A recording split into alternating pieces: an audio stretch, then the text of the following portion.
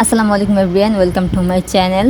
আপনারা সবাই কেমন আছেন? আলহামদুলিল্লাহ আমি অনেক ভালো আছি। সবাই কেমন আছেন প্লিজ কমেন্ট করে জানাবেন।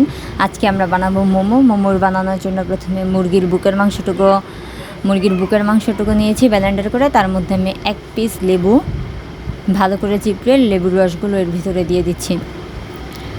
অবশ্যই সবাই আমার চ্যানেলটা সাবস্ক্রাইব করবেন প্লিজ।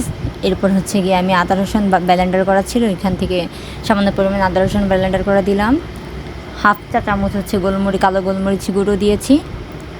এখন আমি ধনিয়া পাতা কুচি দিব। আর ঝালটা হচ্ছে যে যার টেস্ট মতন দিবেন, যে যেরকম ঝাল খান। আমি কম ঝাল খাই, এর জন্য কম ঝাল দিয়েছি। পেঁয়াজ দিয়েছি, পেঁয়াজ কুচি। পেঁয়াজটা আমি বেশিই খাই, এর জন্য আমি একটু বেশি পেঁয়াজ কুচি দিয়েছি। বাটিটা ছোটো হয়ে গেছিলো যেহেতু আমি প্রথম, এর জন্য বড় একটা বাটিতে ঢেলে নিলাম।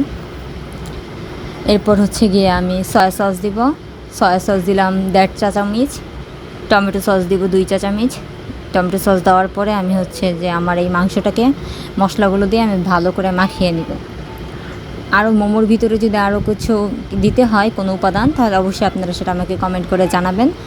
সাধারণত যেভাবে ময়দার ডোটা করি ওইভাবেই করবেন। ডোটার ভিডিও নিতে আমি ভুলে গিয়েছিলাম। রুটিগুলো আমার খালামুনি বেলে দিয়েছিল। তারপর হচ্ছে আমি যেহেতু প্রফেশনাল না মোমো শেপ পারেন, এর জন্য এরকম করে মোমোর শেপ, এরকম একটা শেপ দিয়ে আমি মোমোগুলো বানিয়ে নিয়েছিলাম। এখানে আমার মেবি 30টার মতন মোমো হয়েছিল। সবগুলোর ক্লিপ নিতে ভুলে গেছি, যেহেতু আমি নতুন অনেক কিছুই ভুল হবে। আপনারা ভুল ত্রুটি সংশোধন করে দেখবেন।